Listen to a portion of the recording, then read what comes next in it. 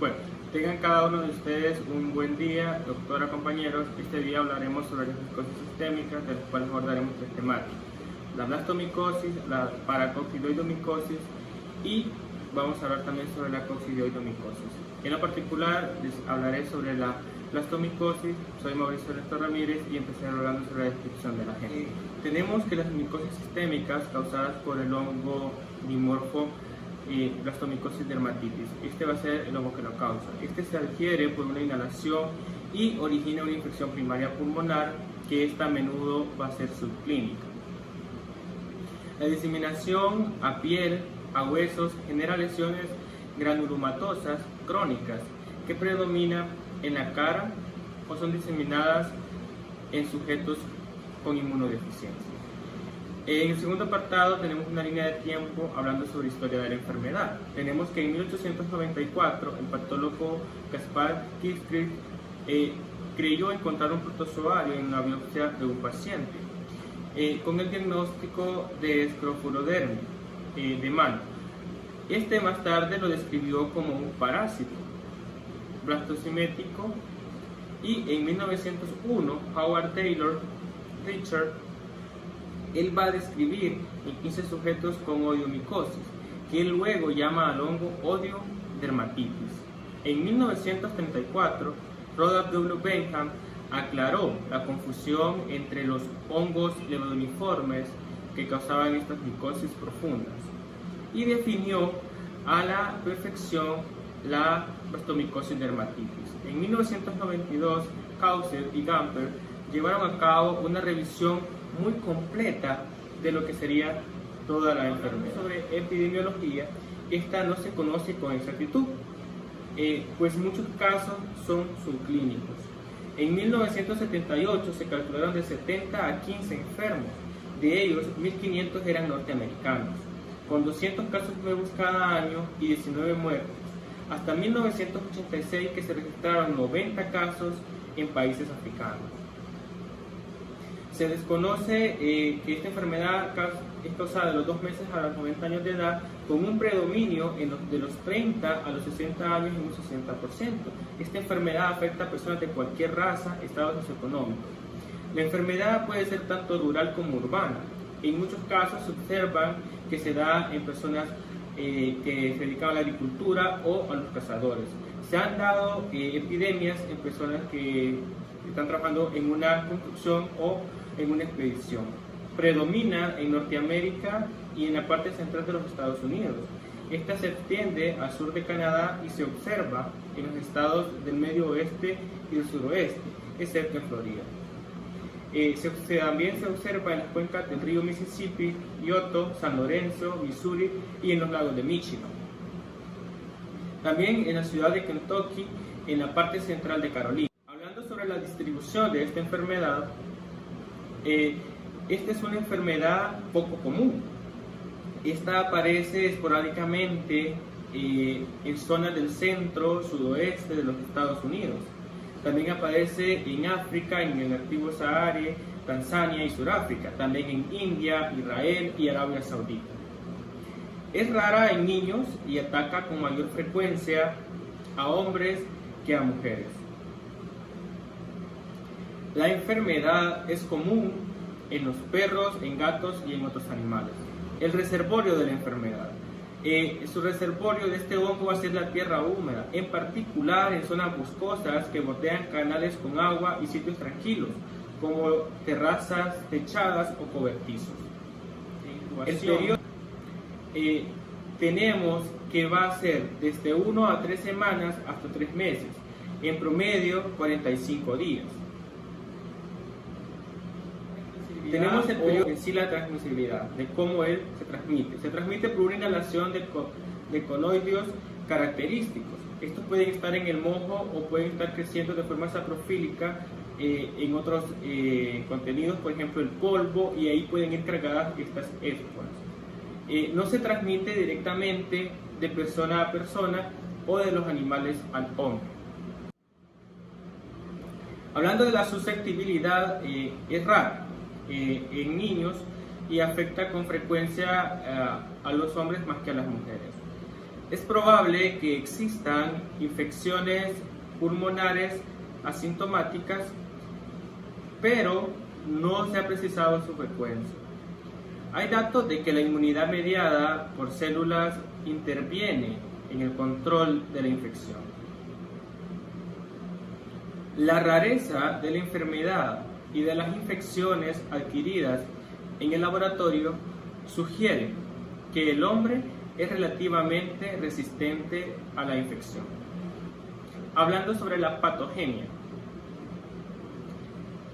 se origina por el hongo dimorfo térmico Blastomyces dermatitis.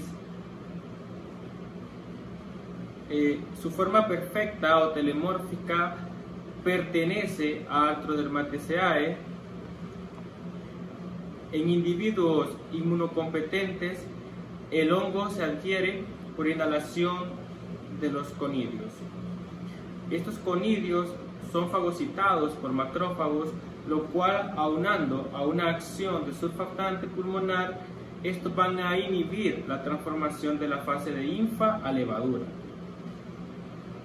Vamos a describir la enfermedad y vamos a decir que la blastomicosis es una micosis granulomatosa que ataca fundamentalmente a los pulmones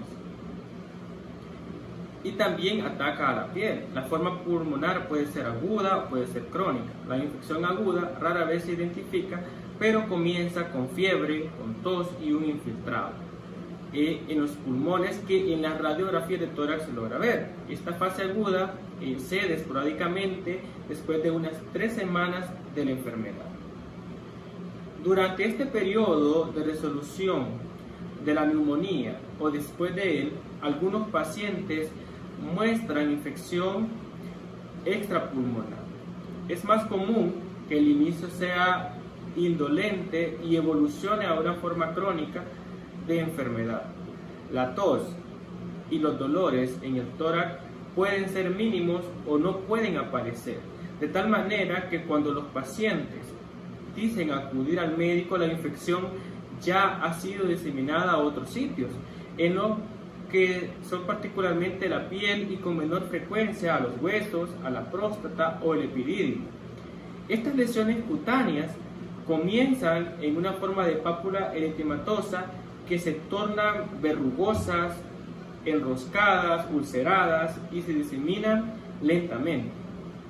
Con mayor frecuencia, las lesiones surgen en la cara y en la porción distal de las extremidades. Suelen haber pérdidas de peso, debilidad, fiebre, y en las lesiones pulmonares pueden estas transformarse a cavidades que evolucionan a blastomicosis pulmonar crónica o diseminada. Esta, si no se trata a tiempo, puede dar un cuadro progresivo que suele conducir a la muerte. En el examen microscópico directamente de frotis no teñido, de esputo y de material obtenido de estas lesiones, suele señalar formas de gemación de base ancha. Estas características del hongo, a menudo en forma clava, que pueden aislarse. Hablando sobre el cuadro clínico, vamos a tener en la forma sintomática de esta enfermedad pulmonar que existe una tos seca, una disfonía, un dolor pleural y febrículas. El 54% de los afectados presenta una curación espontánea y el resto se incrementan los síntomas y aparecen en una forma progresiva neumónica o bronconeumónica que puede acompañarse de afección pleural. Las presentaciones crónicas es supurativa y se van a manifestar con una tos productiva, mucopurulenta, hemóptica, con dolor torácico, que se acompaña de fiebre. Se acompaña también de mialgias, artralgias y pérdida de peso. Muy rara vez estas se van a acompañar del eritema nodoso y hay lesiones cutáneas en un 50 a un 80% de los afectados. Son localizadas o diseminadas y van a afectar caras, muñecas, extremidades inferiores o áreas mucocutáneas. Estas áreas mucocutáneas pueden ser boca, pueden ser lengua, esófago, laringe. En un 25 a un 50% de los pacientes se observa una afección ósea. Esta predomina en vértebras, costillas, cráneos, así como en huesos largos y cortos.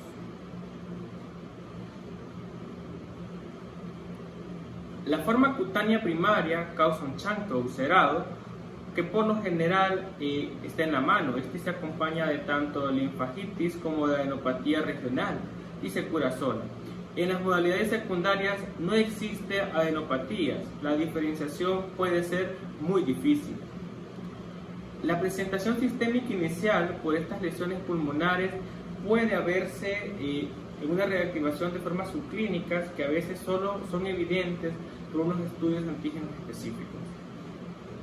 Las pruebas serológicas o estudios radiológicos y de imagen en aquellos con inmunodeficiencia por un trastorno maligno, hematológico o que reciben glucocorticoides nos ocasionan una enfermedad diseminada con lesiones cutáneas muy polimórficas y extensión hacia el sistema nervioso central, que se han formado casos de pústulas generalizadas. Se han también observado en pacientes con síndrome de inmunodeficiencia humana que la enfermedad es fulminante y con rapidez progresiva. En individuos con inmunosupresión puede coexistir con micosis respiratorias. Estas se presentan en forma de histoplasmosis y criptocosis. El diagnóstico de laboratorio. Bueno, tenemos que se necesita un examen directo que se obtiene del primer esputo de la mañana, de un lavado bronquial, de pus, se practica con solución salina, hidróxido de potasio. Se observa una levadura de 8 a 15 o hasta 30 micrómetros de diámetro, que presenta un brote germinativo de base muy ancha, de 4 a 5 micrómetros. Por lo general crece sin separarse de la célula madre y se presenta en pares. Las células presentan un citoplasma granular con gran cantidad de corpúsculos. Es posible llevar a la práctica citodiagnóstica y la tinción de Papa Nicolau. El estándar para el diagnóstico es el cultivo, el cual lleva a cabo en gelosa glucosilada de sabor out en el medio hemos modificado que tiene antibacterianos como cloranfenicol, estreptomicina y pocos azúcares, o a primer de agar de sangre a una temperatura ambiente de 25 grados, que se presenta en cajas de Petri. Esta es lenta de 2 a 3 semanas o de 2 a 3 meses. Al final de la primera semana aparece en la superficie del medio agrupaciones micelianas en forma de espículas. El aspecto de las colonias es muy variado. Pueden ser lisas, planas, vellosas, blanquecinas, de color café, con círculos. En la microscopía al principio se encuentra un micelo hialino, delgado, ramificado, ovoide, piriforme, de 2 a 10 micras de diámetro. El diagnóstico diferencial. ¿Con quiénes vamos a distinguir esta enfermedad o con qué la podemos confundir con la blastomicosis? Con cardiosis, con una neumonía bacteriana, con neoplasias pulmonares, con la histoplasmosis. Las lesiones cutáneas las podemos confundir con tuberculosis luposa o vulgar, con yododerma, sífilis tardía, leishmaniasis, granulomatoma inguinal. También la podemos confundir con... En el tratamiento. El tratamiento de esta enfermedad va a ser el medicamento más adecuado, es la anfotericina B, la cual es curativa pero es tóxica. Esta se recomienda una dosis total de un promedio de 2 gramos. Para el seguimiento del tratamiento vamos a tratar con voriconazol y esto va a durar de días a meses. El tratamiento en enfermedad no meningia es con hidraconazol de 200 a 400 miligramos al día por vía oral por no menos de 2 o 3 meses, con una respuesta de un 80% positivo. En formas localizadas o cutáneas o pulmonares leves, se va a recomendar un drenaje o una intervención quirúrgica. En niños con enfermedad pulmonar limitada, se recomienda dihidroxiestilbamina con dosis de 200 a 250 miligramos y no pasarnos de 8 gramos. El ketoconazol por vía oral también se administra a razón de 400 a 800 miligramos al día durante 6 meses. El itraconazol también se administra de 200 a 400 miligramos al día y es el mejor fármaco en casos moderados con un índice de curación de un 90 a un 95%. El fluoroconazol de 200 a 400 miligramos al día no resulta tan efectivo y este va a generar índice de curación de un 65 a un 87%. ¿Qué complicaciones podemos tener en la enfermedad? Pues puede coexistir una tuberculosis, una histoplasmosis, una candidiasis, infecciones bacterianas y un carcinoma broncopronóstico.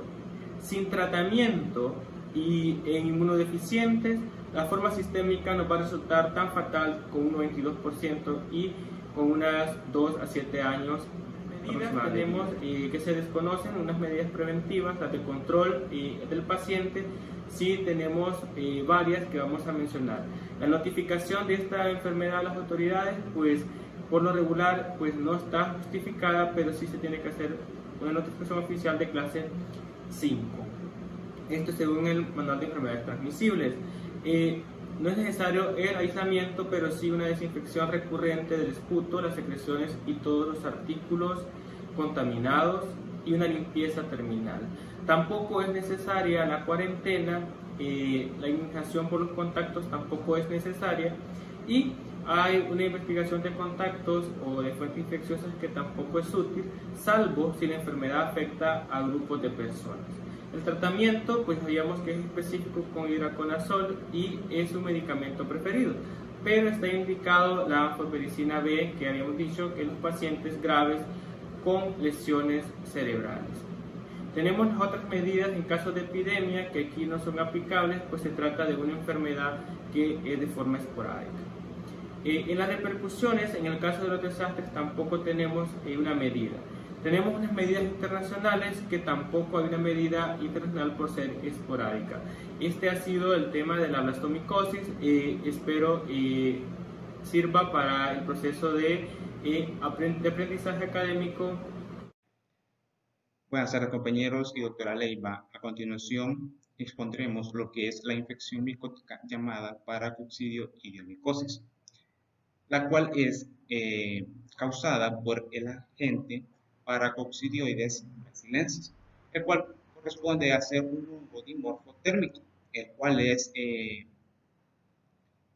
endémico en zonas rurales, zonas húmedas de Centroamérica, Latinoamérica y especialmente en Brasil.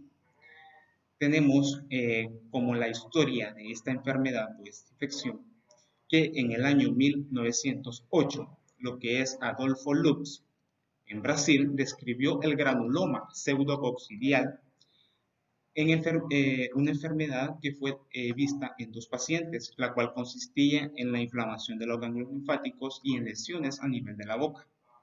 En el año 1928, lo que es Floriano de Pau, de Almeida y Carlos da Silva, en Brasil, ellos sugirieron el género Paracoccidioides para esta enfermedad. En 1930, Floriano de Paul de Almeida llamó a este hongo, como se le conoce actualmente, Paracoccidioides brasilensis. En lo que es el año 1950, Antonio González de Ochoa y Ezequiel en México registraron los primeros 2 casos de esta infección micótica. Para el año 1958, lo que es Da Silva Lasca y Sampaio usaron por primera vez el medicamento, el fármaco anfotericina B. Para el año 1980, Oscar Velasco, mediante estudios epidemiológicos en México, detectó alrededor de 58 casos en este país. La descripción de la enfermedad. Se dice que es una micosis sistémica, la cual es causada por el hongo Paracoccidioides brasilensis, la cual se puede adquirir por medio de inhalación, que se va a localizar este hongo a nivel de lo que es el aparato respiratorio, la mucosa buconasofaringea, ganglios linfáticos, piel, huesos, en las vísceras. Esta infección se puede evolucionar a lo que es una forma aguda, subaguda y crónica e incluso causar lo que es la muerte.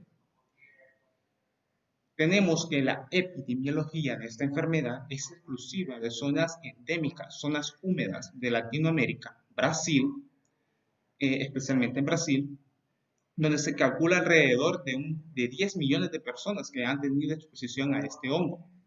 Tenemos que las infecciones son causadas en un 2% en, en las personas que son habitantes de estas zonas. Hay un 2% de probabilidad de que las personas puedan presentar lo que es esta infección, pero la frecuencia de esta enfermedad no se tiene conocimiento de cuál es en sí, dado que el periodo de incubación de esta enfermedad es muy prolongado, la cual puede ir de meses a años incluso.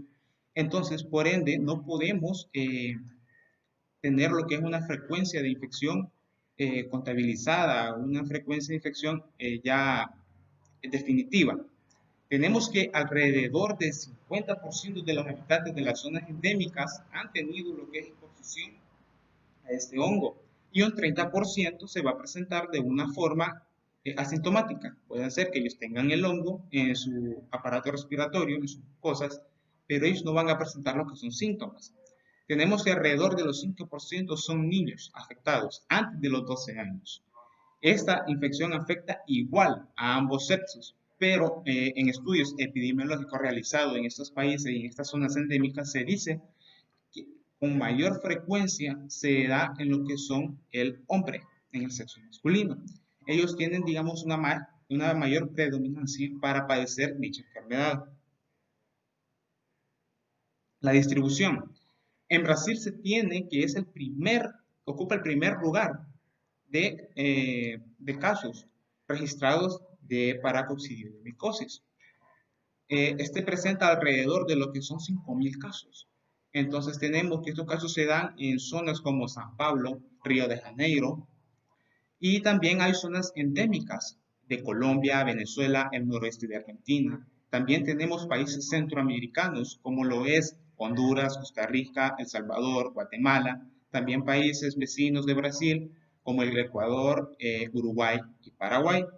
Tenemos que México va a ocupar lo que es el 5.º lugar en país con frecuencia de paracoccidioidomicosis, dado que en él se han registrado muchos casos en más de 10 estados, como lo son Querétaro, Chiapas, Puebla, entre otros.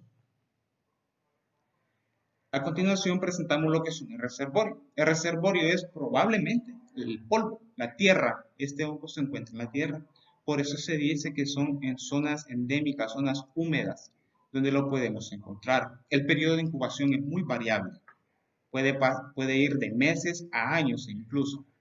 Tenemos que no se transmite por lo que es de persona a persona, sino que este se da por medio de la inhalación de polvo, en el cual haya lo que es dicho hongo. La susceptibilidad. ¿Quiénes van a ser susceptibles a padecer esta infección? Esta infección la van a padecer aquellas personas, digamos, agricultores, campesinos que se dediquen a el trabajo de la tierra, a cultivarla, a hacer productiva la tierra. ¿Por qué? Porque ellos están en íntimo contacto con lo que es la tierra, donde podemos encontrar dicho hongo. Especialmente en aquellas zonas, como ya lo habíamos mencionado, de Brasil, que ocupa el primer lugar en el mundo del padecimiento de esta infección. La patogenia. Tenemos la patogenia. Los principales factores de virulencia del paracoccidioides están relacionados con el 1,3 glucanos y proteasa. La GP4-3 está relacionada con este hongo, dado que este tiene la capacidad de hidrolizar lo que es colágeno, elastina, para poder adherirse a lo que es la pared extracelular de las células, ya por ende. Entonces, dado a esto, se les favorece a este hongo causar lo que es una diseminación a través de todos los órganos. Tenemos que este microorganismo prefiere aquellos suelos húmedos, suelos ácidos, en lugares donde se dan las siembras de cafetales y cañaverales. Tenemos que la patogenia se va a relacionar con lo que es el número de organismos que afecten o el número de organismos que se inhalen por medio del polvo. Esto va a tener en relación al nivel de patogenicidad que va a tener esta infección. Tenemos a continuación lo que es el cuadro clínico. Se dice que existen dos síndromes relacionados con la paracoccidioidomicosis. Existe un cuadro clínico agudo, juvenil, y un crónico o adulto. En el primero se manifiesta en pacientes de 30 años, alrededor de 30 años. Es una infección diseminada a través del sistema retículo endotelial, el cual los individuos inmunodeprimidos son mayores, son más propensos a padecer dicha infección, dado que su sistema inmunológico se encuentra debilitado. Tenemos que en este caso la enfermedad va a ser una enfermedad que se va a manifestar de forma rápida y progresiva, causando la muerte. En la variante crónica general, esta se va a dar en lo que es alrededor del 90% de casos de afecciones de paracoccidioidomicosis. Se va a observar más que todo en los varones mayores lo que es una manifestación primaria, como una neumopatía, la cual va a afectar especialmente los lóbulos inferiores de los pulmones, causando lo que es una fibrosis. Estas lesiones también vamos a tener lesiones diseminadas en lo que es la boca, el tórax, también encías, mejillas, el pelo del paladar se verá afectado debido a la diseminación de este hongo. Las lesiones mucocutáneas son ulcerosas. También vamos a poder observar lo que es una inflamación de los ganglios linfáticos. ¿A nivel de qué? A nivel cervical, a nivel axilar y también a nivel inguinal. Vamos a entender lo que es la inflamación de ganglios linfáticos. En el diagnóstico podemos dar pruebas, realizar lo que son estudios, como el examen directo de hidróxido de potasio o también la tinción de con Luger. En él vamos a poder observar lo que son las levaduras características de este hongo, donde vamos a observar que tiene lo que son levaduras esféricas o ovaladas, que tienen una doble pared que se van a ver a la hora de teñirla. Vamos a tener que van a tenerla alrededor de 30 a 60 milímetros de diámetro y lo que son de 2 a 20 milímetros de diámetro también se pueden observar estas esporas, formando lo que son cadenas parecidas a cadenas de timón, nos dice la bibliografía. Entonces vamos a tener estas cadenas que se van a formar alrededor de 4 a 12 esporas, como vemos en la imagen. Tenemos también que las levaduras van a tener una característica, que se van a formar lo que son las famosas orejitas de Mickey Mouse, como podemos ver en la imagen. Es una característica propia de este hongo formar este tipo de esporas y realizarlo de esta forma. También podemos pedir a lo que es el laboratorio lo que son una biopsia. Podemos obtener una biopsia de tejido mucoso, de tejido pulmonar, la cual podemos teñir con lo que es la tinción de Gomori. En la imagen podemos observar cómo se ha tomado lo que es una biopsia y se observan las levaduras. Se observan levaduras como timón, como mencionábamos anteriormente.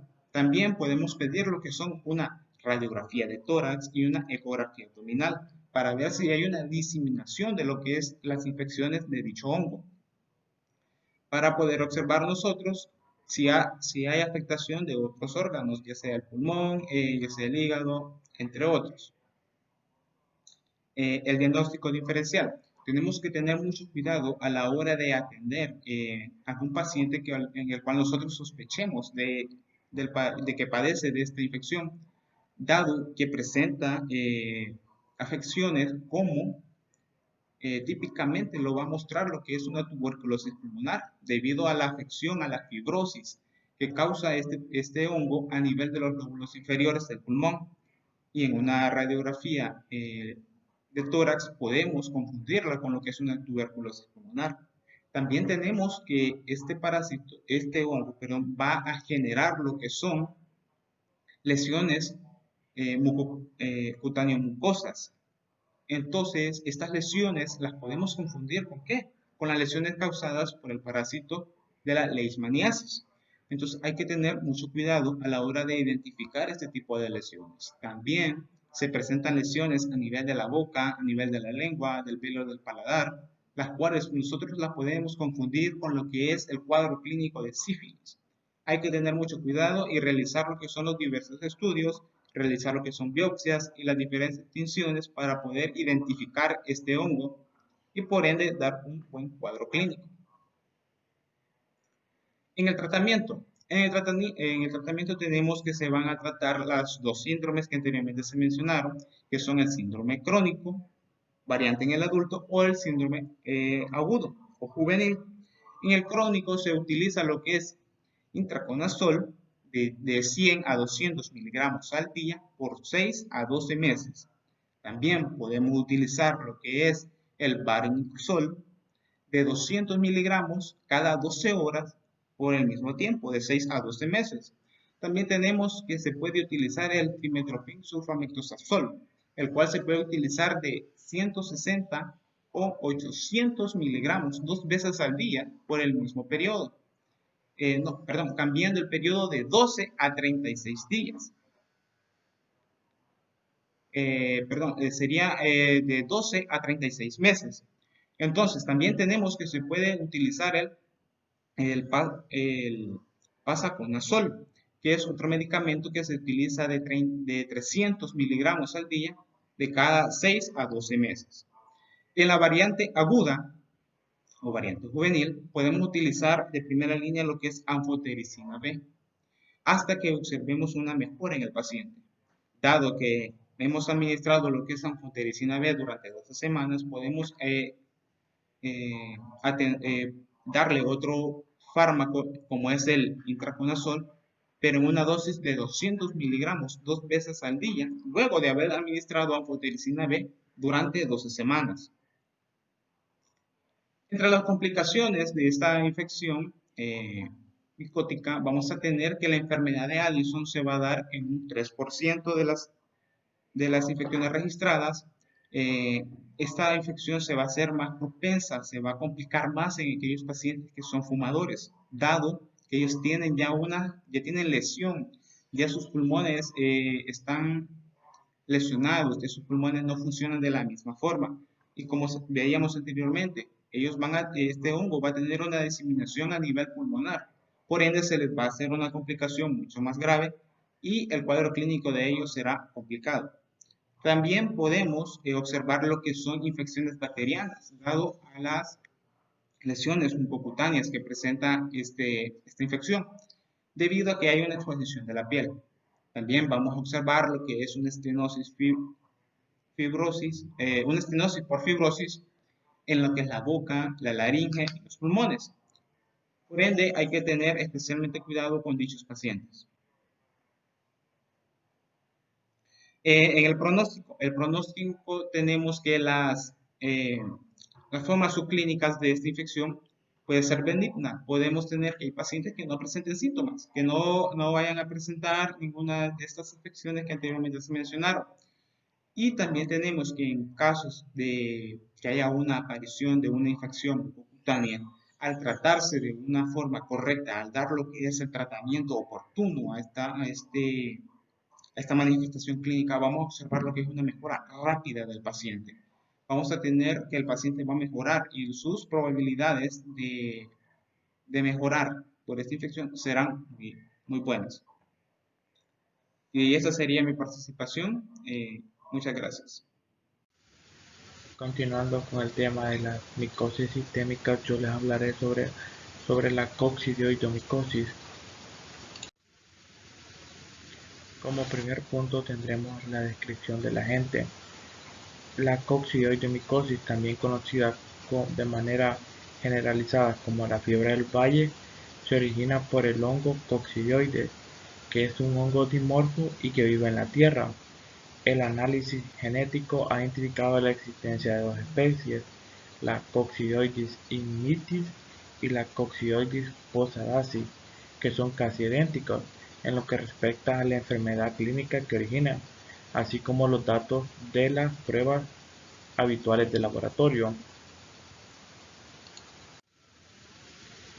Tenemos que la Coccidioides ignitis es también un hongo dimorfo dimórfico, pero en lugar de una fase de levadura, su forma distintiva es una espérula de pared redondeada y grande, como lo podemos ver en la imagen, de 12 a 100 micrómetros de diámetro. Se producen los tejidos en su forma invasora. Como no hay diferencia en cuanto a la enfermedad que producen, los estudios de laboratorio clínica no permiten distinguir entre ambas especies, con lo que mencionábamos antes, la Coccidioides ignitis y la Coccidioides posadaci. Así que utilizamos a la Coccidioides ignitis, que es más familiar para ambas especies. Como punto número 2, estudiaremos la historia de la enfermedad. En este encontraremos que existen investigaciones antropológicas y forenses del siglo XX que demuestran que individuos de las culturas sin agua de Arizona en 1400 y 1000 a.C. sufrieron por la infección de Coccidioides ignitis. Tenemos que Alejandro Posada en 1892 descubrió el primer caso en Argentina. También tenemos que en 1895 M. Clifford y seguido por el Dr. Gilchrist en California estudiaron el primer caso en Estados Unidos de un inmigrante de portugués en los Azores. En 1940-1956 Charles Smith encontró, publicó estudios sobre las características de la coccidioides, detectando su periodo de incubación y haciendo otros más estudios. En 1956, Marshall fue el iniciador del tratamiento de la anfotericina B, que es de los tratamientos más usados hoy en día contra la coccidioides. En el 2002, gracias a estudios de polimorfismo genético, se incluyeron dos especies, una californiana de Coccidioides ignitis y la no californiana de Coccidioides posadaci. Tercer punto, epidemiología. La coccidioides la podemos encontrar en el área del continente americano entre los 40 y los 30 grados. En Estados Unidos, en las zonas de más alta, en Estados Unidos es una de las zonas que más presenta esta enfermedad por la posición meridional del Valle de San Joaquín en California. También la podemos encontrar en Sudamérica, en lo que son las zonas de Colombia, Venezuela, el noreste de Brasil, Paraguay, Bolivia y la zona norcentral de Argentina. También los factores climáticos parecen incrementar la frecuencia de la infección en tales regiones, en particular los periodos de sequía después de las estaciones lluviosas se han acompañado de notables incrementos en el número de casos. Tenemos la distribución. En las infecciones primarias son comunes en diferentes regiones áridas y semiáridas del continente americano solamente, en los Estados Unidos desde California hasta el sur de Texas, en el norte de Argentina y en Paraguay, Colombia, Venezuela y México y América Central. Esta enfermedad afecta a personas de cualquier edad, ambos sexos y toda la raza. Más de la mitad de los pacientes con infección sintomática tienen entre los 15 y los 25 años. Esta enfermedad, como habíamos mencionado, es más frecuente en verano, después de un invierno o primavera lluviosa, en especial después de tormentas de polvo y viento. Es una enfermedad importante entre los trabajadores migrantes y también los arqueólogos, porque ellos son los que más se exponen a este tipo de clima. En lo que es el reservorio principal es el suelo. En las regiones con temperatura, humedad y condiciones apropiadas del suelo, afecta también a los seres humanos, al ganado bovino, gatos, perros, burros, ovejas, cerdos, roedores salvajes del desierto, pueden ser coyotes, chinchillas, llamas u otras especies de animales que habitan en esas zonas endémicas. El periodo de incubación es de 1 a 4 semanas. en caso de infección primaria. La diseminación puede surgir con una forma insidiosa y a veces sin síntomas manifiestos de la infección primaria. Tenemos el periodo de transmisibilidad.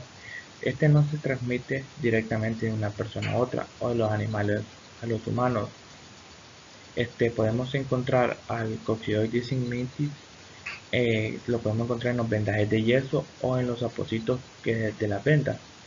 O en casos raros también lo podemos encontrar en la forma parasitaria en la saprofita infectante después de 7 días. Tenemos punto número 8, susceptibilidad. La elevada prevalencia de personas reactoras positivas a la coccidioidina o a la esferulina en las zonas endémicas indica la frecuencia de la infección subclínica. Generalmente la recuperación sigue una inmunidad sólida y permanente. La susceptibilidad es mucho mayor en personas de raza negra, filipinos y otros asiáticos. Tenemos punto número 9, patogenia. En los medios de agar o en la tierra, Coccidioides adopta una forma de moho filamentoso, como lo podemos ver en la imagen, que es tipo bandita. Se alargan y ramifican filamentos individuales llamados hifas y en algunos crecen hacia arriba. Las células dentro de estas hifas muestran degeneración y dejan células viables alternadas en forma de barril llamadas atracónidos. Estos últimos, como lo podemos ver en esta imagen, llegan a medir entre 2 a 5 micrómetros. Puede estar suspendidos en el aire.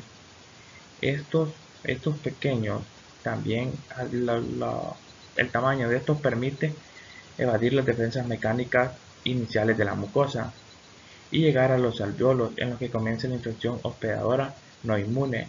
Una vez dentro del hospedador susceptible, los atracónidos se agrandan, redondean y terminan por mostrar tabicaciones internas, como lo podemos ver en la imagen. Las tabicaciones comprenden elementos uninucleares llamados endoesporas, que por sí mismas terminan de transformarse en férulas y así propagan la información de manera local. Tenemos el cuadro clínico. La coccidioidomicosis diseminada es una enfermedad granulomatosa progresiva y a menudo mortal, pero rara. Se caracteriza por lesiones en los pulmones, en los accesos y en todo el cuerpo, especialmente en los tejidos subcutáneos, en la piel, los huesos y el sistema nervioso central. Tenemos que de los sujetos infectados, un 60% está por completo asintomático y el otro 40% muestra síntomas. Las manifestaciones leves simulan una gripe banal con fiebre moderada, cefalea, escalofríos, tos seca, y en los casos graves también puede manifestar una neumonía. Pueden también manifestar un derrame pleural, puede haber afección miliar y un caso ha documentado también un neumotórax espontáneo. En el diagnóstico de laboratorio, tenemos que los estudios serológicos son muy importantes para confirmar este diagnóstico de la enfermedad. Se cuentan con varias técnicas en las que incluye la tradicional de precitina en tubo. El anticuerpo detectado por la precitina en tubo aparece en el suero poco después de la infección y persiste semanas. Las mediciones de la precitina nos ayudan a valorar también la evolución de la enfermedad y el anticuerpo en cuestión no se puede detectar en el líquido cefalorraquídeo. Tenemos también a la prueba de inmunodifusión y a la enzimo análisis. También para detectar los anticuerpos de la inmunoglobulina M y inmunoglobulina G. En el diagnóstico diferencial lo podemos dividir de dos maneras: si hay síntomas respiratorios y si es en la piel o en los huesos. En síntomas respiratorios puede ser con el resfriado común, bronquitis, neumonía bacteriana, tuberculosis, histoplasmosis y el coccidioidoma. En la piel y en los huesos con tuberculosis o micobacterias, esporotricosis, micetoma, leishmaniasis, blastomicosis, tularemia, sífilis o osteomielitis. Tenemos el tratamiento. Este lo vamos a dividir dependiendo de la gravedad de la infección pulmonar y de los factores de riesgo. En los casos benignos, el reposo y fármacos sintomáticos como los analgésicos, los antipiréticos y los antitusinógenos podrían funcionar. En presentaciones más graves, el tratamiento más adecuado es la anfotericina B, que esta se aplica en una dosis de 0.5 a 1 miligramo por kilogramo al día, sin sobrepasar la dosis total de 1 a 3 gramos en el periodo de 6 meses. También tenemos que en las embarazadas el tratamiento es lo mismo, es el anfotericina B. También otra opción es el miconazol, de 80 a 1600 miligramos al día, administrados con lentitud mediante venólisis. Pero esta es la consecuencia que tiene, que es demasiado tóxico. El ketoconazol es útil en formas cutáneas y óseas también. La medida de son 400 miligramos al día por vía oral.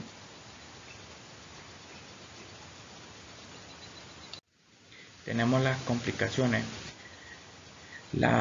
Tenemos en este caso de la anfotericina B, que esta produce irritación local importante, por lo que se aconseja usar una llave de 2 vías para disminuir la flebitis mediante la administración intermitente de solución fisiológica o goteo lento a 10 a 30 miligramos de heparina o ambas.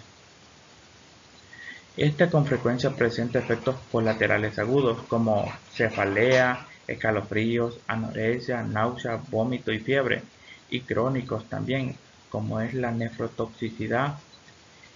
Los efectos colaterales también de agudos de la anfotericina B por vía intravenosa se pueden contrarrestar o pueden prevenirse al administrar 1 hora antes la difenhidramina. Las complicaciones tardías, aquí hablando sobre el pronóstico es bueno en pacientes con enfermedad limitada, pero las cavidades pulmonares persistentes pueden provocar complicaciones de hemotoxis o ruptura del pioneumotórax. En individuos con coccidioidomicosis debe realizarse ajuste en la fijación del complemento seriado luego del tratamiento.